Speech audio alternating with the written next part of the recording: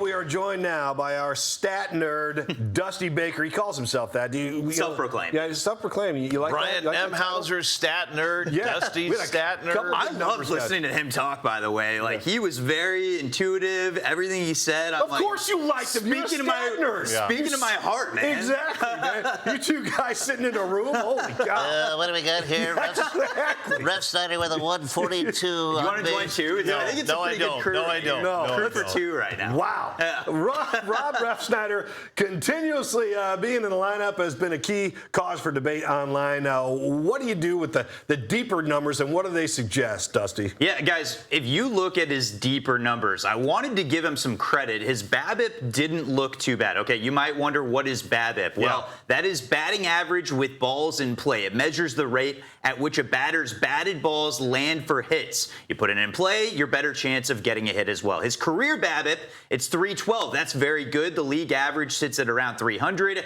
Well, right now his BABIP is at 130, meaning he's not putting the ball in play, and on top of that, it's not sinking anywhere and finding holes. What is happening, you might ask? Well, his Baseball Savant page, it spells it out. He's hitting the ball in the air 66% of the time, guys. He's hitting with the weakest contact in his career. He's underneath the ball at a staggering 38%, meaning he's popping it up. He's flying out 34% Come on, of the Chris. time. Am I supposed to be happy? Just look at that graphic. Well, I opened the show with "I'm blessed to be here," and then we bring in the Doctor of Doom here. Hey, you know what? Help me. Sometimes you have to diagnose the problem here. Okay. And the You issue, can put that back up. We all got a breather. Put it back up.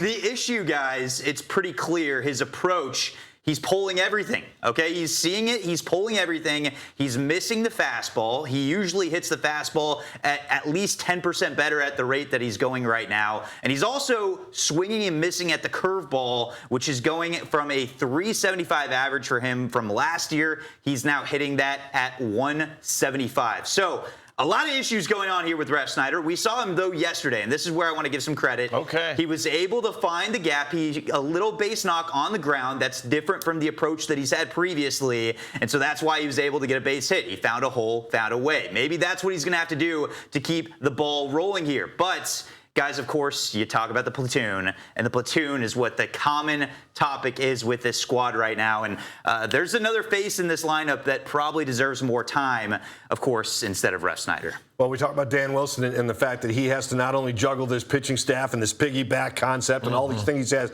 going on, you also have to massage the players' egos. You got to give everybody, in the NBA, they call it minutes. You know, you got to get the players their minutes and keep them satisfied.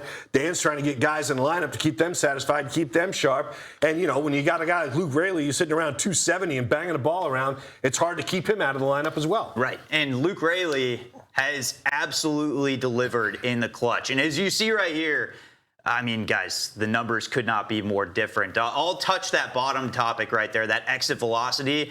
I care a lot more about this number than I used to in the past. If you see some of the top exit velocity hitters in the league right now. It's actually just velo, but go ahead. Yeah. Well, you like velo, Yeah, Chris. I know that you like that I love word. velo. Yeah. I love velo too, and so does Luke Raley. You see that number is substantially higher there than Rob Refsnyder. Also, max velocity Raley is higher at. So that is part of the reason why is Raley is just getting the barrel on the ball at a much higher rate, at a much more impactful rate, and that's part of the reason why you're seeing what you're getting out of Refsnyder versus Raley in this platoon. And guys, I got to tell you, not seeing Raley in the lineup yesterday would have been interesting to see what it would have looked like if he was in there. But of course, Refsnyder also, give him credit where credit's due, found his way on base, not one, not two, but 3 times. Yeah, he found a way to get on base. I'm going to say this, as we heard from Victor Robles, I mean, we may not be having a whole lot of conversations with Refsnyder in the future because as Victor Robles returns, you will see the return of Cal Raleigh, the return of Brendan Donovan. I think with the play that you're seeing from Colt Emerson at third base, you're going to move Donovan to the outfield. You're going to move Rosarena. Look at me, I'm the manager of the Mariners now. Rosarena to DH, which means that you're going to have you have to find ways to get Dominic Canzone, Luke Raley into this lineup the way they're hitting. I think Refsnyder has had enough chances. They're going to probably throw him out again against another lefty and continue to give him chances, but he's going to have less chances to get out there and play because it's just not, there's no numbers there for him. I mean, there's only so many spots. You mentioned Cal Raleigh, by the way. The replacement has stepped up in a big way. Yeah, Mitch Garver, man, I love his story. I mean, when the Mariners, he's sitting on the couch in the spring and he's wondering why isn't my phone ringing? Why aren't I getting a call as a 35-year-old catcher? And he talked to Cal Raleigh. 220 batting average. But he talked to Cal Raleigh, and Cal said, you know what? Call the Mariners to see what they say. Well, he called the Mariners. He got on the squad, and all of a sudden, this 35-year-old is contributing a little here and there. But when the injury to Cal Raleigh happens, you got to have guys like this, veteran catchers, step in there and do their job. And let's face it, when you're looking at a catcher, a guy that's hitting 210, 220, that's all you want from a catcher. Yeah, you're right. It should be 7 RBI, too. He got robbed in game 2. That should have been a 2-run double instead of a 1-run. But the fact that this guy, seriously, his career was pretty much done in the spring. And the Mariners said, you know what? Phone rings. Come on in. We'll give you. And they had Andrew Kisner on the payroll for $1 million. They gave him in December to come in and be a backup catcher.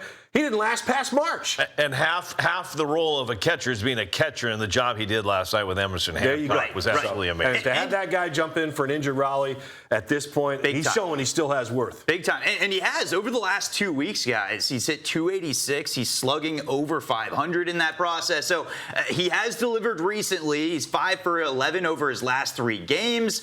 Needless to say, when you have a guy that can step up in the wake of what you would expect are, that's 60 home runs being replaced in a lineup from a year ago. So you can't replicate that. But when you're getting on base at the peak that he is right now, which is 353, that is a big deal for a Mariners lineup that is struggling to get on base, to drive in runs.